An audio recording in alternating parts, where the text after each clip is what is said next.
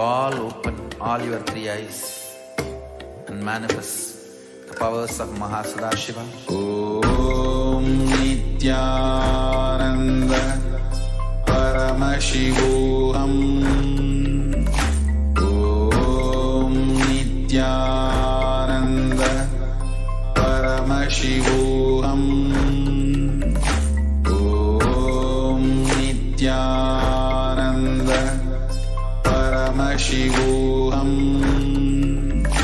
Om Nithyananda Paramashivoham. Om Nithyananda Paramashivoham. Om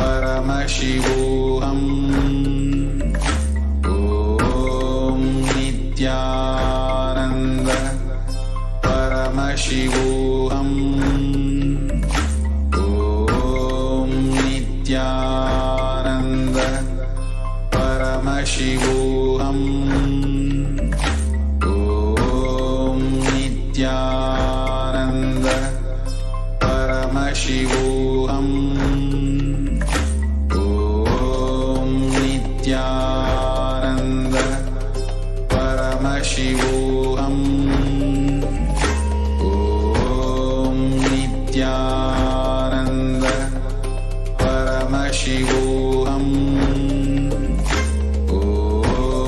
Nithyananda Paramashivoham. Om Nithyananda Paramashivoham. Om Nithyananda Paramashivoham. Nithyananda Paramashivoham. Om Nithyananda Paramashivoham. Om Nithyananda Paramashivoham. Om Nithyananda Paramashivoham. Om Nithyananda Paramashivoham. Om Nithyananda Paramashivoham. Om Nithyananda Paramashivoham. Om Nithyananda Paramashivoham. Om Nithyananda Paramashivoham. Om Nithyananda Paramashivoham. Om Nithyananda Paramashivoham. Om Nithyananda Paramashivoham. Om Nithyananda Paramashivoham. Om Nithyananda Paramashivoham. Om Nithyanandam Paramasukadam Kevalam Jnanamurtim Dvandvaditam Gagana Sadrisham Tattvamasyadilaksham Ekam Nityam Vimalamachalam Sarvadhi Sakshibhutam Bhavaditam Trigunarahitam Sadgurum Tam Namami.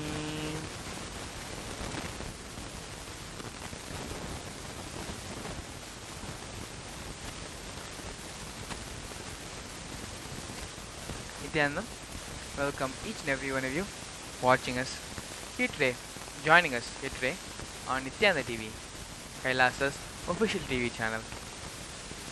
Swamiji, the Supreme Pontiff of Hinduism, Jagatguru Mahasannidhanam, His Divine Holiness, Bhagavan Sri Nithyananda Paramashivam, has taken the immense responsibility to revive, safeguard and protect the Sanatana Hindu Dharma. As a part of that, Swamiji is reviving the Kailasa nation and has been actively working to create an only Hindu nation for the past 26 years. Not only that, Swamiji is also, through satsanghs and various programs and classes, has been reviving and bringing back new life to the ancient Hinduism, to all the techniques, powerful cognitions, practices of Hinduism. One of them being the Vakyatasatas. Vakyatasatas is having an open platform where all these great truths, concepts, everything is brought out for discussion. Brought out so the Kandana and logic to form.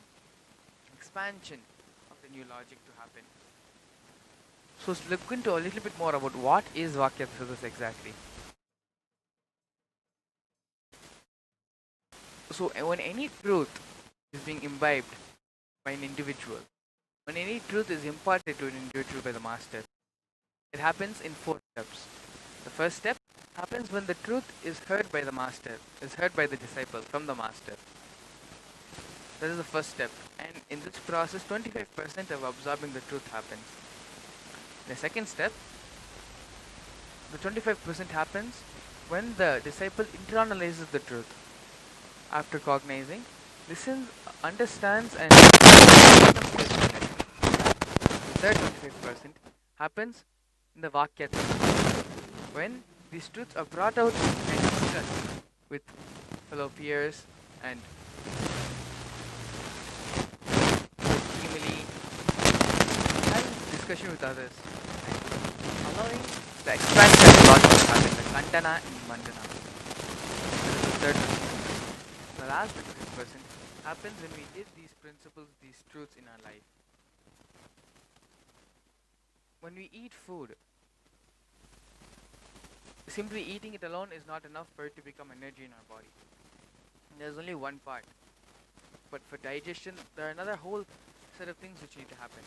So cognizing any truth is in a similar way, where when we hear the truth from the master, it is like consuming the food. It is inside us. But only when we do the process of the manana and having the Vakyatasatas and living these truths in our life, the nidhyasana, when we complete the cycle, only then that concept, that truth, the powerful cognition is fully, the essence of it is fully absorbed into your system. Now, let's watch a small video from himself explaining the importance of the Vakyatasatas.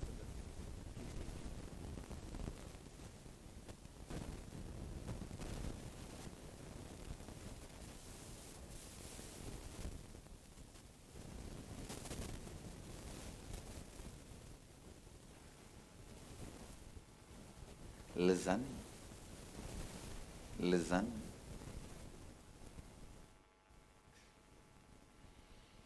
Manana. Vakyartha Sadas every day will give you a complete understanding. Not only that, please listen, every time when you keep these spiritual truths in your inner space, analyze them, think about them, contemplate on them,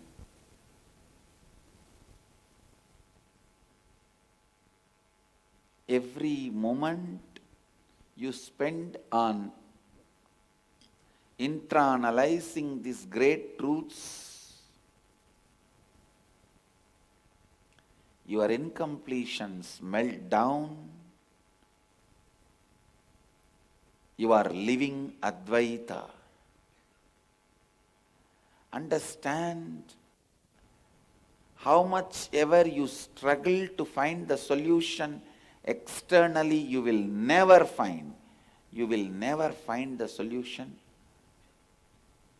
what you expect externally. If you think, I'll finish all the work, I took it on myself or Swamiji gave it to me, and then I'll rest in peace. Never. Even after you leave the body, we have work for you. Understand, if you are expecting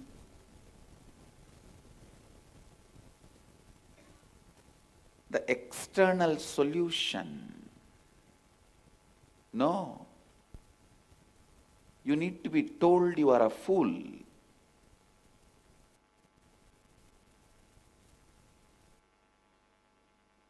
Wherever you really need to be told you are a fool, you should be told that is the real good thing for you. If you have some disease, you need to be told you have that disease. Only then you will understand the seriousness and start taking medication. Manana, internalizing is really, really, really important. Because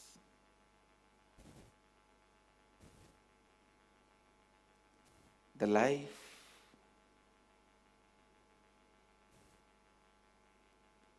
gets aligned to living Advaita with Manana.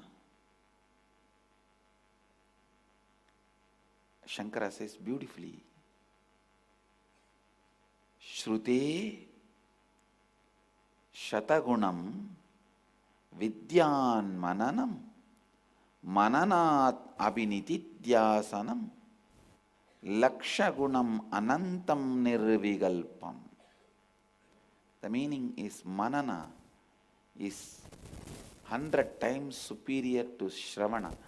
Internalizing is 100 times superior to listening. And living is 100 times superior to internalizing. Nirvigalpa Samadhi, living Advaita, is infinitely superior. Please understand, you need to listen and internalize again and again and again. That is why I am insisting on Vakyartha Sadas. Even if there are 2-3 sannyasis in your ashram, start the Vakyartha Sadas. Slowly devotees will start gathering.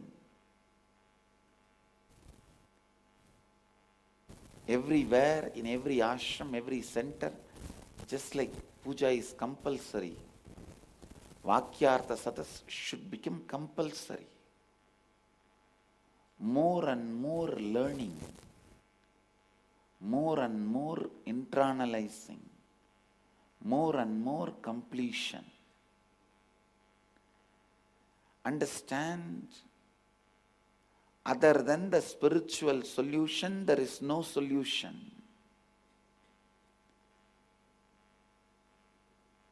How much ever you try to find any solution for any problem, whether it is personal, professional, organizational, intrapersonal, and interpersonal. Interpersonal is direct fight. Intrapersonal is cold war. You won't fight, but you will be waiting. See, it's like directly when you fight, it becomes like an equal fight. But I have seen many cunning fellows, they won't directly fight. They will wait. At some point, they will get that neutral person position. That time, they will use that position and attack. When somebody else is attacking him and he is fighting with somebody else, he is a neutral person. Now come on, use that and attack.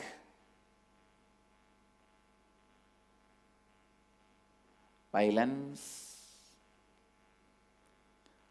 How much ever you hide, how much ever you keep inside and how much ever cunningly you plan, finally it is going to stink inside you, not anybody else. Whether it is interpersonal problem, intrapersonal problem, organizational problem, professional problem, or personal problem, the only way anything can be solved is spiritual solution. Vakyartha Sadas is the best way for a spiritual solution, discovering spiritual solution for any problem.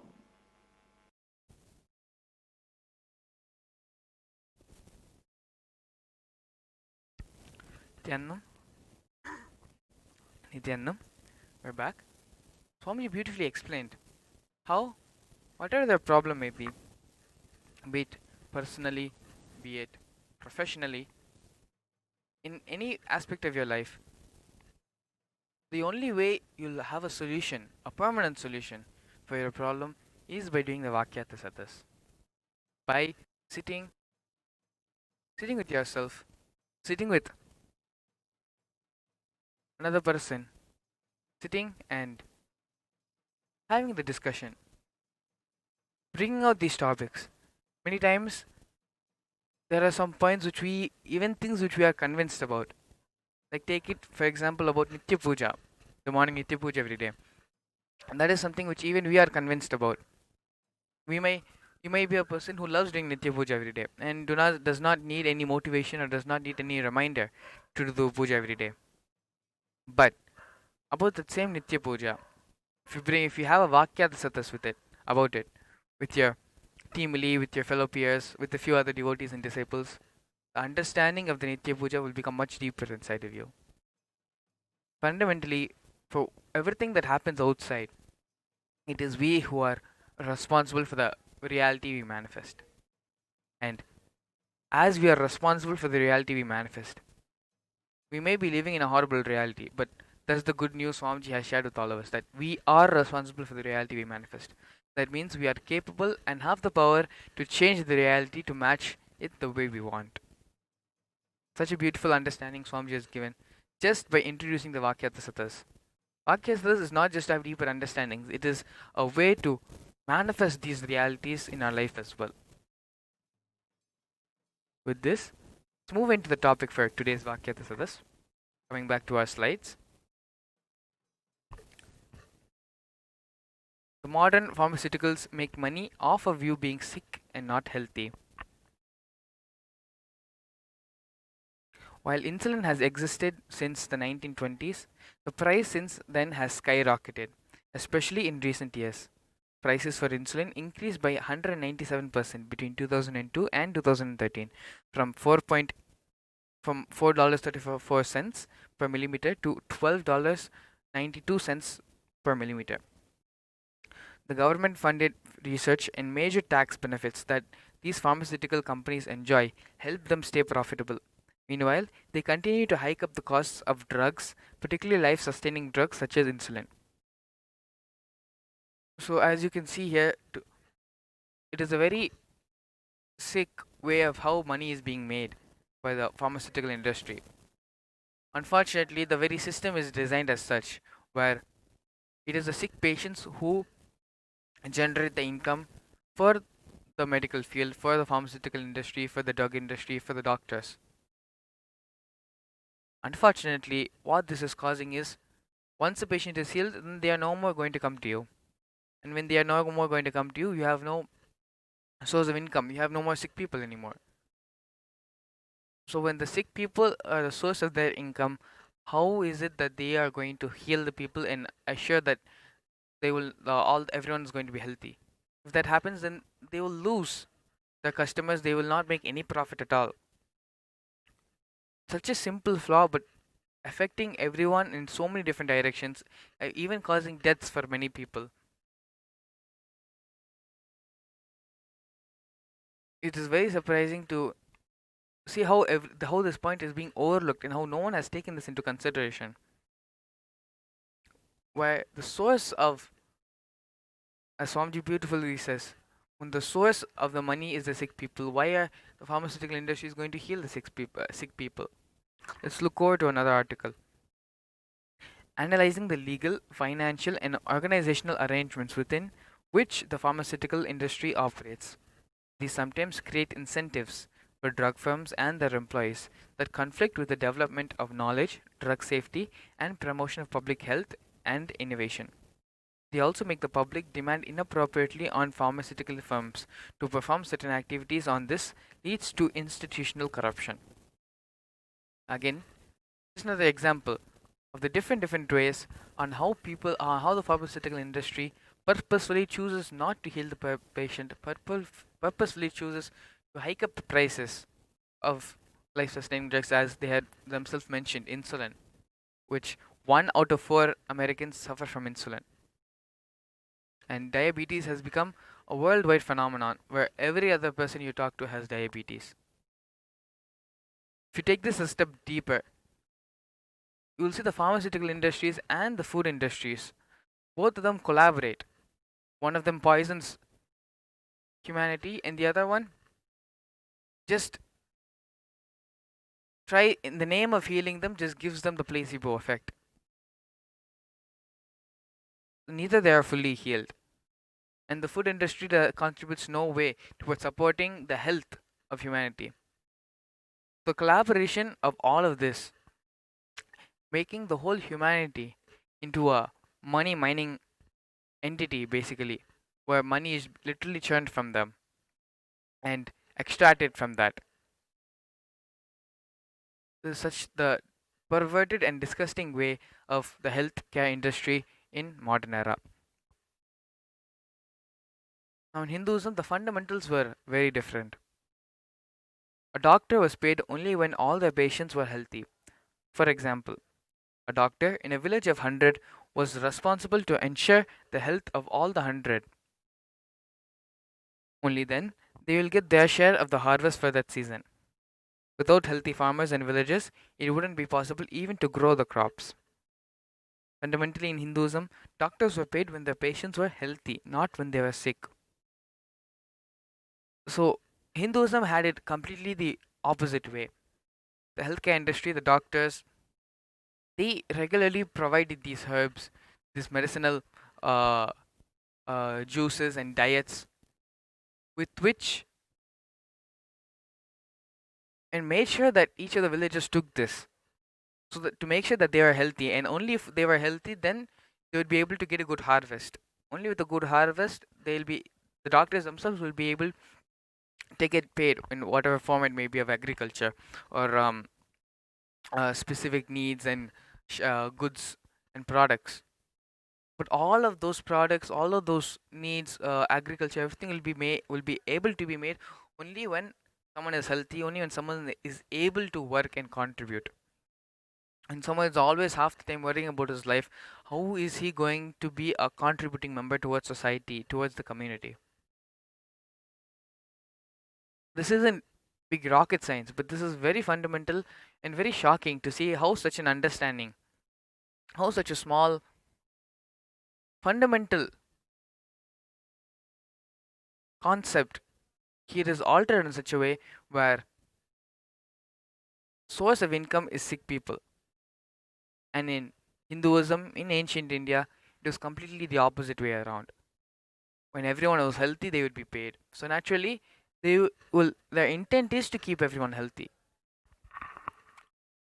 And it is not just about keeping everyone healthy and about the medicine and our knowledge about herbs. Ancient scholars of India, like Atreya and Agnivesa, have dealt with principles of Ayurveda as long as 800 BC. The works and other developments were compiled by a scholar called Charaka and is called Charaka Samhita. This text deals with a variety of matters covering body functions, physiology, etiology, embryology, concepts of digestion, what happens to food after it enters the body, metabolism, and immunity, protection from diseases. I wonder how the discoveries were made without an MRI machine. So this is an article from the Speaking Tree. You can visit their website, and it is not just about medicine, but a lot of issues regarding Hinduism, regarding the greatness of our Hindu Sampradaya. They beautifully present all the facts in that website. Whenever you get a chance, please uh, go visit speakingtree.in and take a look at all the different various facts which they have presented about Hinduism. Coming back to the subject at hand. Our rishis were very advanced, very intelligent, and very capable people. Without any of the modern technology which we currently have and possess and use regularly, they were able to do such advanced things, such as changing of the cataract, plastic surgery, giving prosthetics, attaching artificial limbs. The list goes on. If you actually visit the article, the link being projected below from where this um, excerpt was taken, you'll see they have beautifully presented the list of the so many different types of ways, which all of this are recorded in the Charaka Samhita. And it is wondrous to see how without any of the modern technology, all this was possible, very much possible, and our rishis performed all this on a regular basis. So coming to the topic of the Vakyatasas today, we have seen both sides how the modern healthcare system functions and how the ancient Hindu healthcare system worked. How can we move away from the corrupted healthcare system, and what are some ways we can start enriching ourselves and others with the Hindu healthcare system?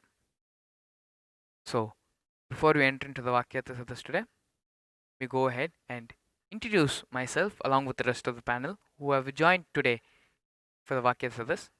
My name is Sri Nithyananda and I am a Balsant of Nithyananda Gurukul.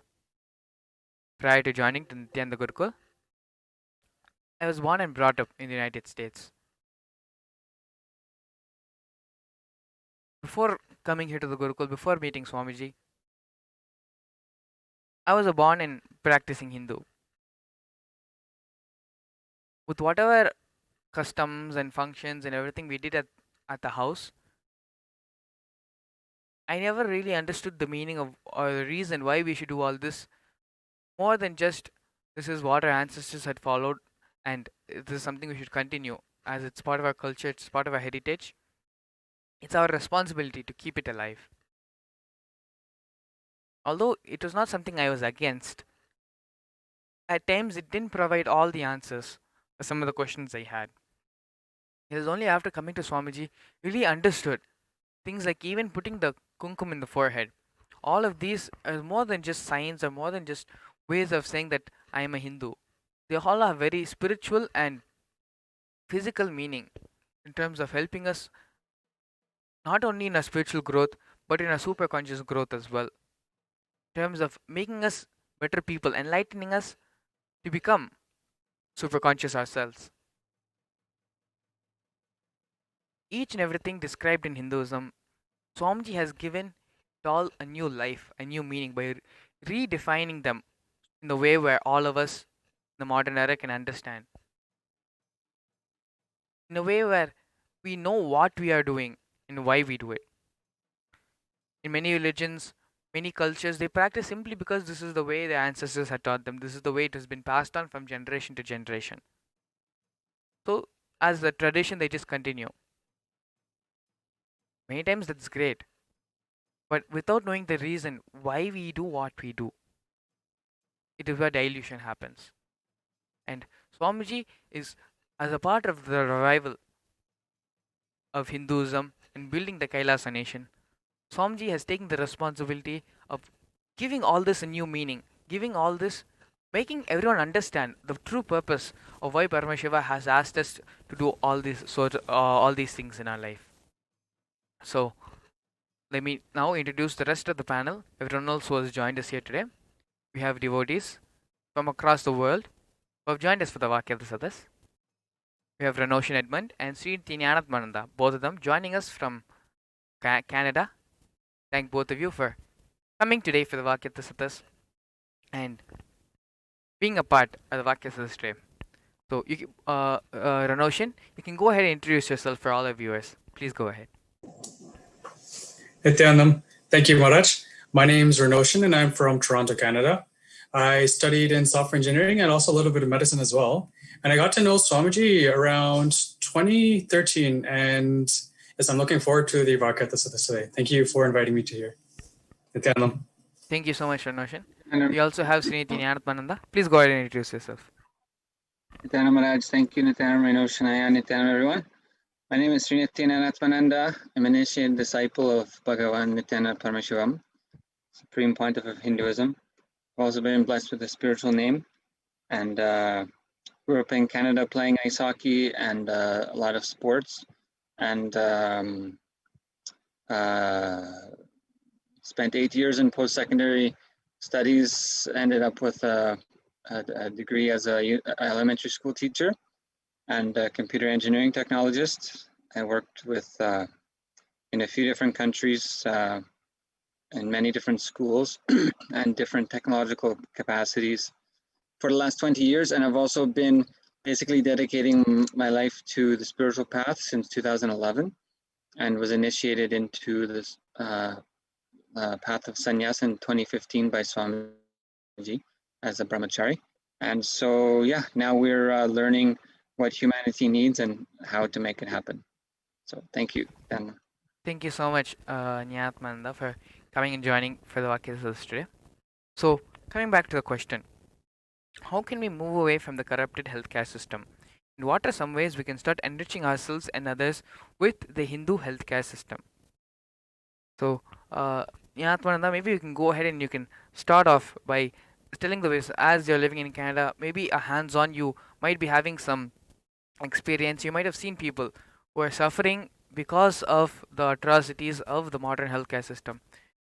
It'll maybe if you can go ahead and speak a little bit about how these things are in Canada and what are the some of the ways we can help and bring in the Hindu healthcare model. Please go ahead. okay, Nityananda Maharaj. Yeah, so obviously people are essentially living without a solution, and there's a lot of worry about the future with the whole coronavirus situation, and generally people don't know what to do with their emotions. They don't know how to deal with their thoughts, and they're avoiding to know how to deal with stress. Generally people get caught into just taking action, and I actually had the same sort of thing. It's like, it'll be like sort of people will use like do a lot of activity out of frustration. So like, okay, I'm going to work, I don't really want to go, or I just need to get this thing done, or just need to do this, or just need to quickly eat and go, or just eat your food and go. Like a lot of this is going on.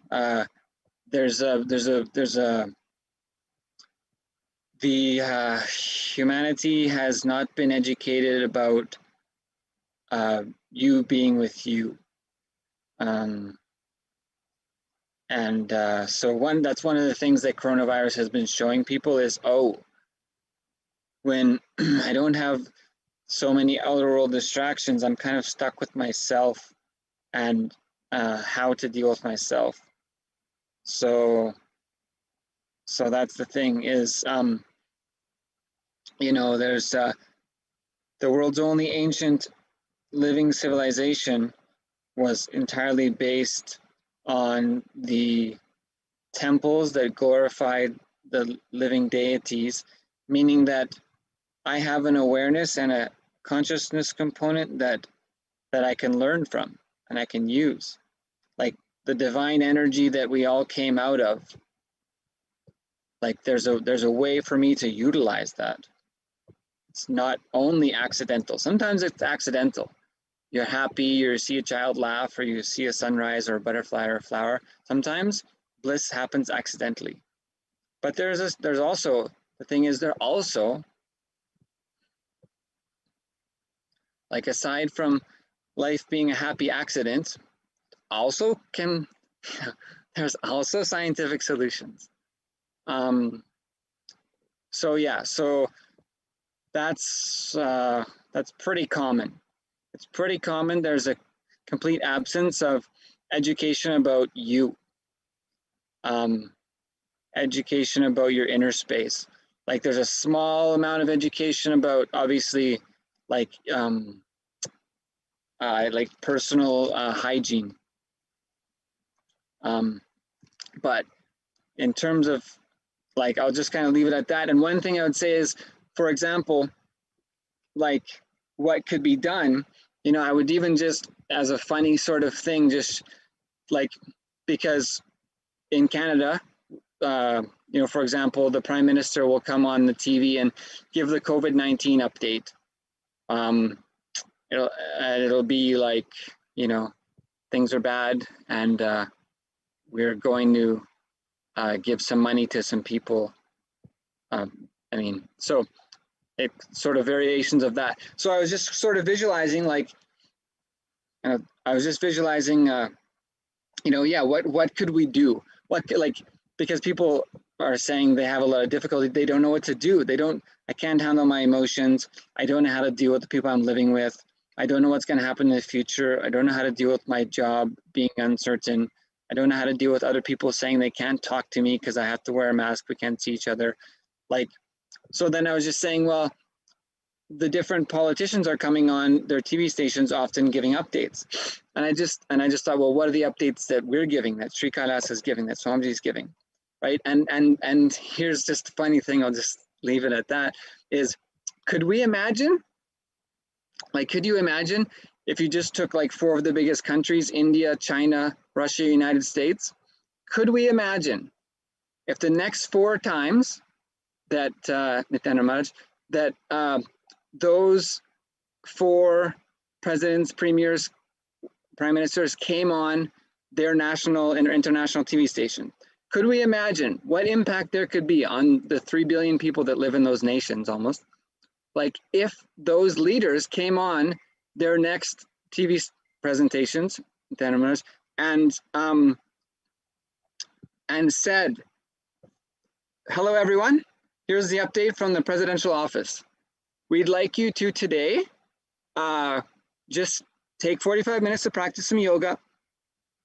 We set up a website where you can be guided in 30-minute meditation also. Would like you to do that today and come back tomorrow for our next presidential update.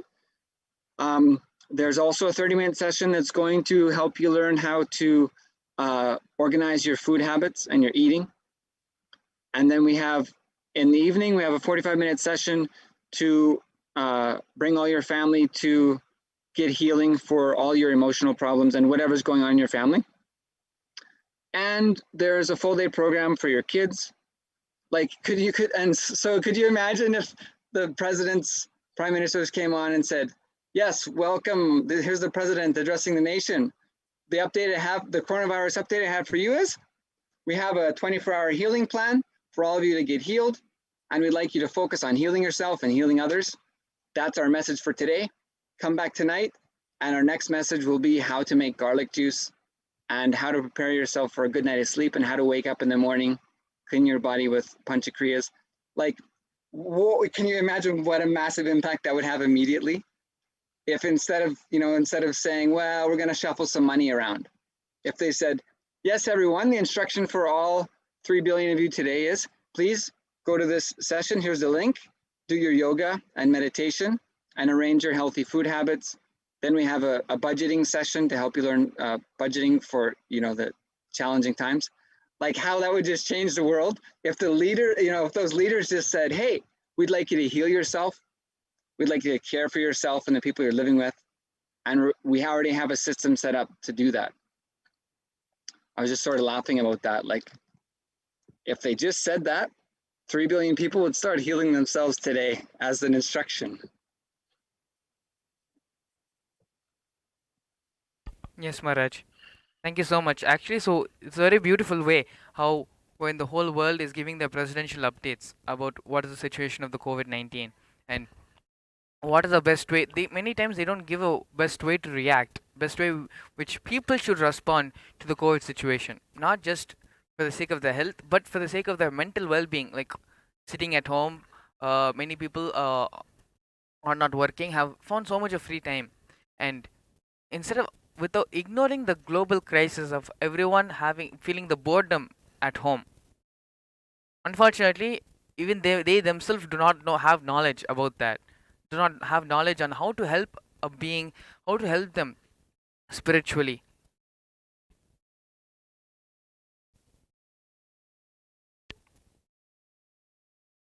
Only in the Kailasa nation, Swamiji not only teaches us how to protect ourselves, how to safeguard us health wise, but even mentally in a spiritual being level as well. Swamiji not only during the pandemic, much before the pandemic, from the time Swamiji started his public life, that is what he's been teaching. He's been teaching all of us how to be at peace with ourselves, how to be content and complete with ourselves. So this itself is a very big way on how you can see, just comparing all the different nations, comparing all the nations on one side and Kailasa on the other side, and how our very approach to humanity is much different. It is not just about logistics, about statistics, about how many COVID cases have reduced for today, when the new vaccines are going to come, how much money is being put into the creation and relief work for the pandemic situation. But it's also about how you can help yourselves and take care of yourselves during this pandemic when you're sitting at home, not exactly sure what you should be doing with yourself. If you want to be enriched, if you want to continue, if you want to learn the science of being complete with yourself, not needing any external factor to engage you, not needing any external factor to keep you alive and inspire throughout the day. If you want to learn how to be an inspiration to yourself, and just sit content with yourself, in completion with yourself, Swamiji is conducting the Paramashivam program following year. Let's watch a small video about the Paramashivam program. Please stay tuned.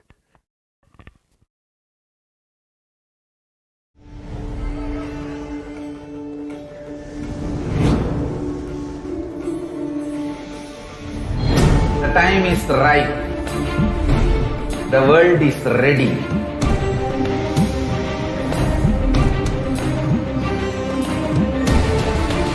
You are going to experience literally Paramashiva.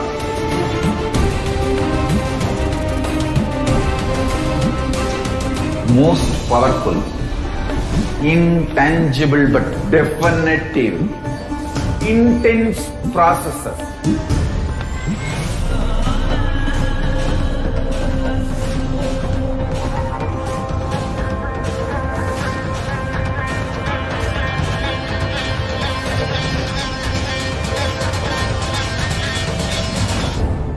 This is the most powerful spiritual nuclear explosion, that strong force of Kailasa landing on planet Earth directly. One thing I can be sure, you will not exist end of the program. I can guarantee that. Only Paramashiva will be there.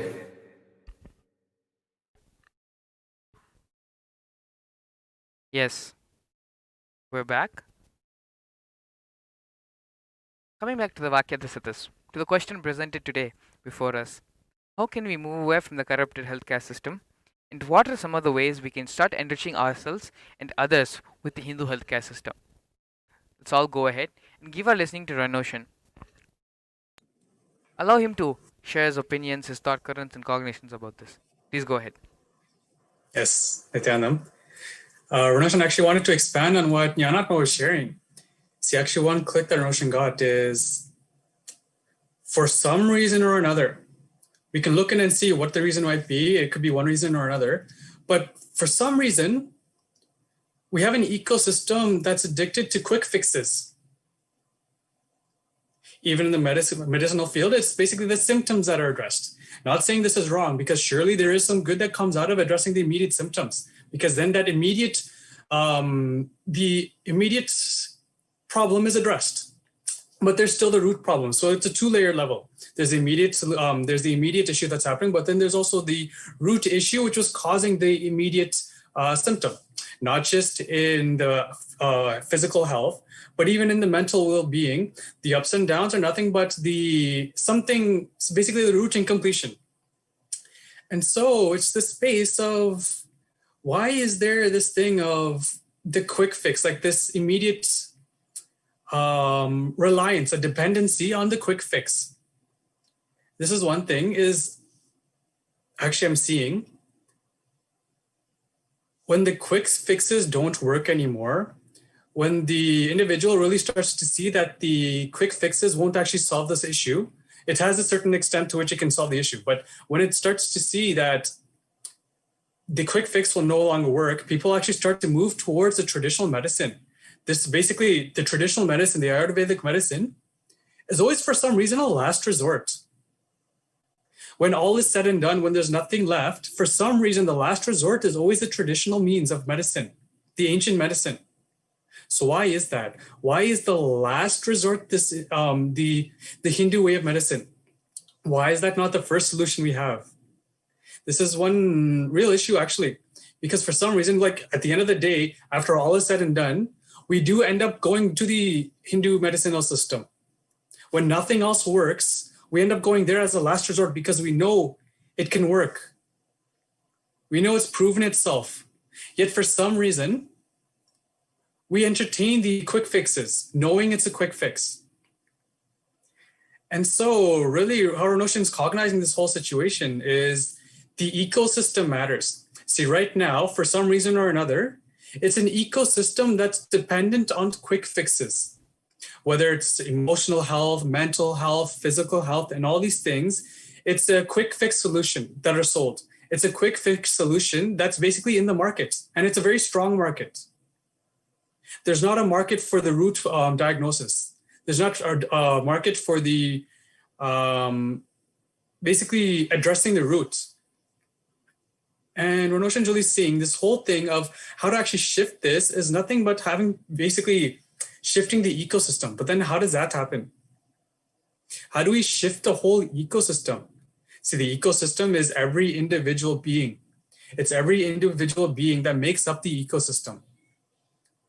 It's when one person starts to live a certain way, and then one more person starts to live a certain way, and then one by one they start to live like this. But the whole, actually, I wanted to close this off with a question is, see, right now what's trendy is the quick fix solution. COVID has proved that the quick fix solution does not work. COVID has completely exhausted all the quick fixes, showing that it doesn't work. So now it's a space of, what is this thing of being trendy? See, if completion was a trendy thing, imagine what kind of life we'd be living. If unclutching was trendy, imagine what this would be. If yoga was trending, original yoga, not the, I guess I can say modernized yoga, no, but the actual yoga, authentic yoga. If the authentic yoga became trendy, what kind of life it would be? So it's just this question that Renoshan has is, what is this, I can even say, what is the science of being trendy? What is this space from which the trends start to happen? Because the whole ecosystem functions on the trend. Some trends come and go. There's always trends that come and go, but some trends actually last because they were trendy. For one quick example I can give about this is smartphones. Smartphones started off as a trend. iPhones were here and there, Blackberries were here and there, Samsungs were here and there, but it was like a trend. It was like, oh, it's a new thing coming up and everybody starts buying it because it's trendy, it's marketed in a nice way and all these things. But it lasted. It lasted because it actually contributed. It was a direct contribution to humanity as a whole and to the growth and basically the way humans were able to function. That's the only reason Renoshan is cognizing that this trend actually didn't just come and go, but it was a trend that lasted. It became a soft power. So it really is the science of a soft power that becomes trendy. If the soft power, if whatever is being trendy, if it's actually relevant to human beings in their day-to-day life to sustain life, then the trend itself becomes sustained, maintained. So Renoshin wanted to bring up this question related to this because Renoshin's seeing the best way to actually start enriching ourselves and others with the Hindu healthcare system is actually to make it trendy.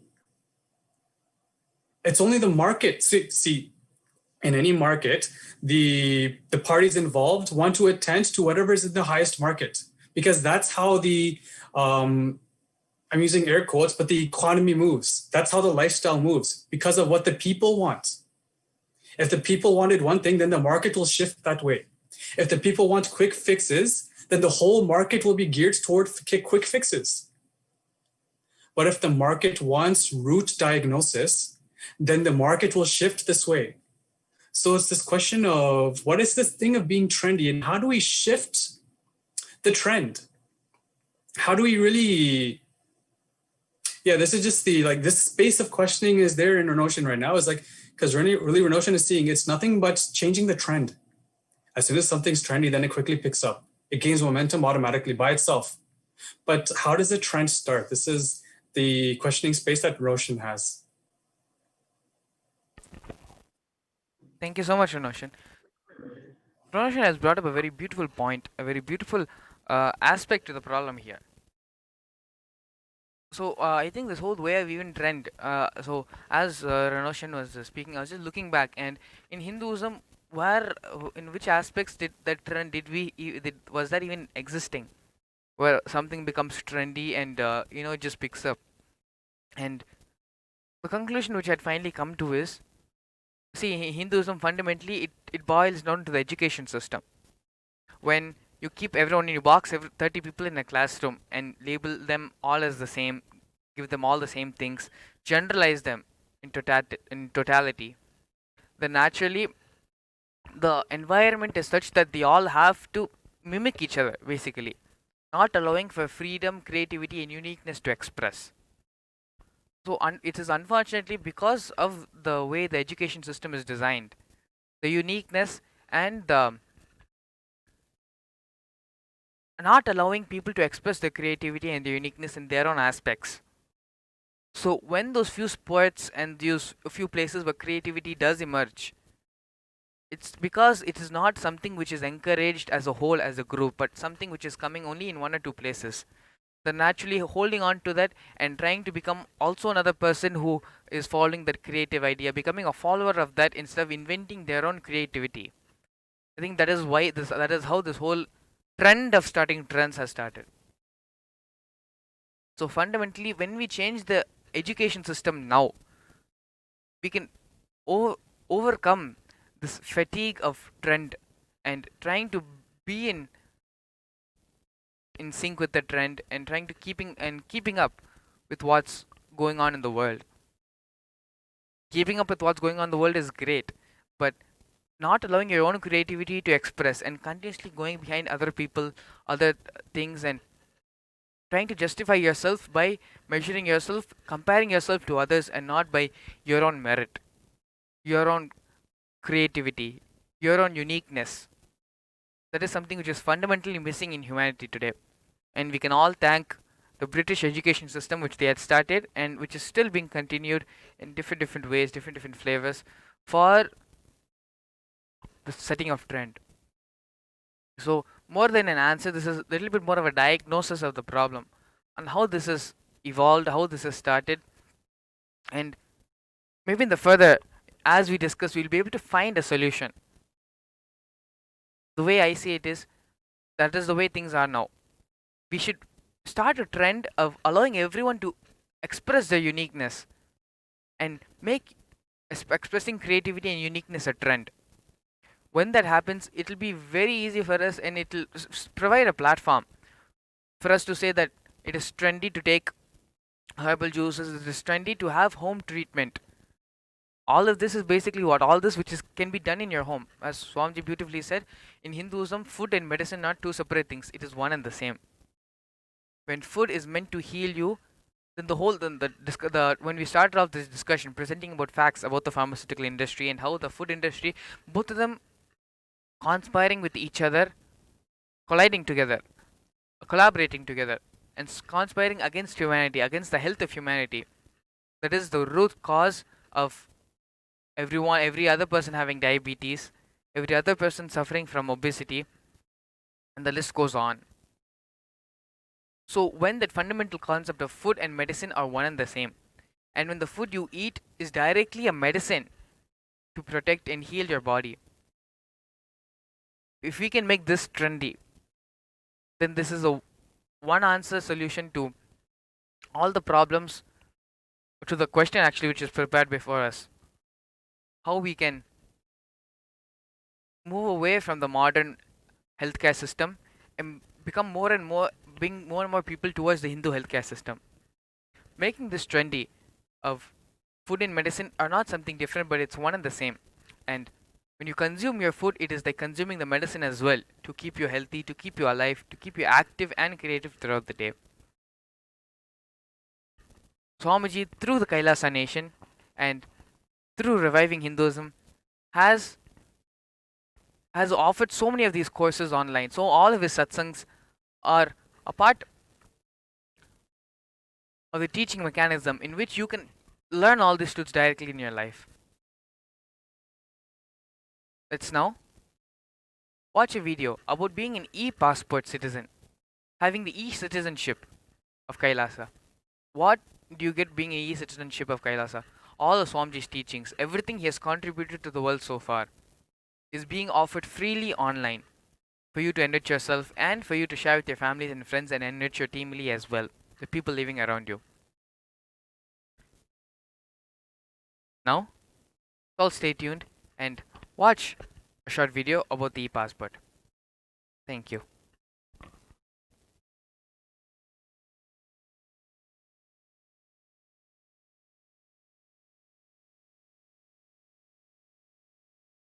Scatter this enlightenment signs to the whole world wherever they are. Because enlightenment is the birthright of all human beings. Kailasa is responsible to provide that to all human beings.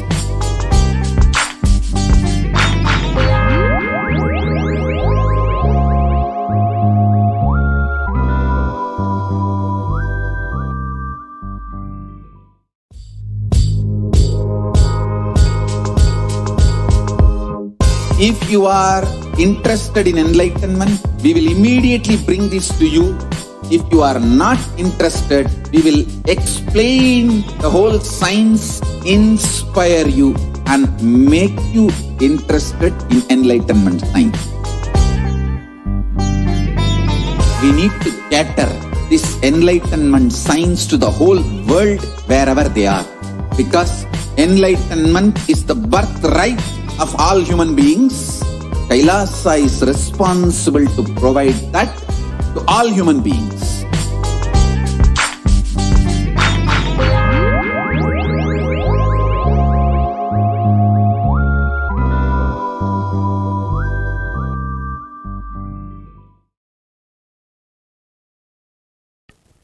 Yes, we're back.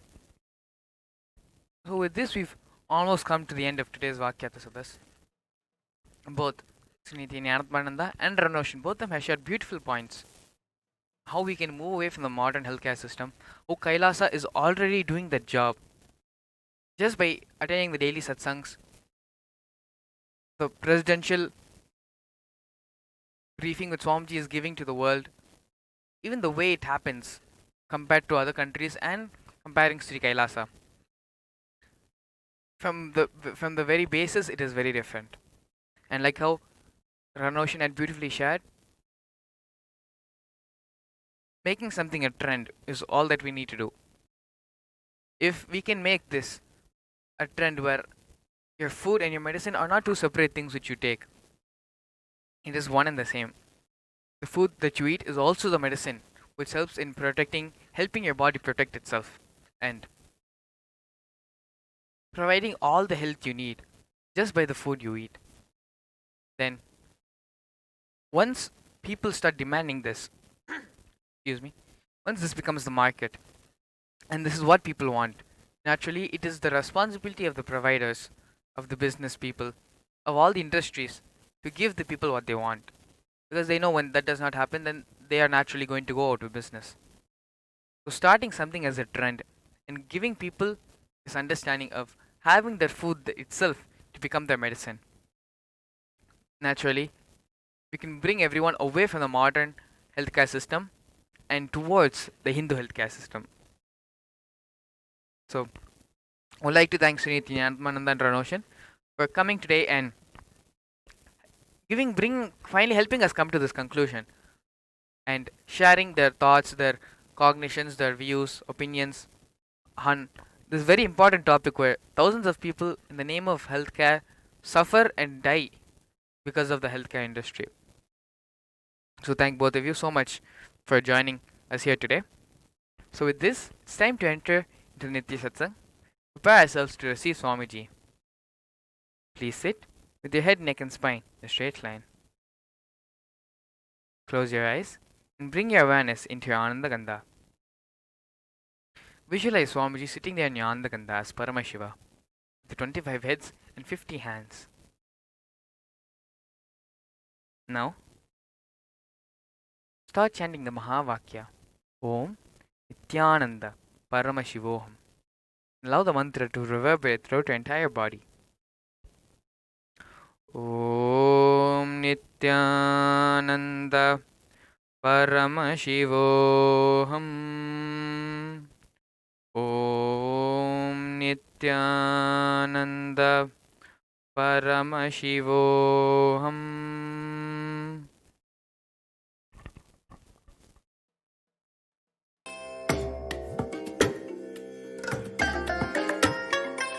I bless you all. Let you all open all your three eyes and with the divine, with your eyes closed, is meditation. Connecting with the divine, with your eyes open, is darshan. Come, let us all now move from meditation to darshan. Slowly, very slowly, please open your eyes.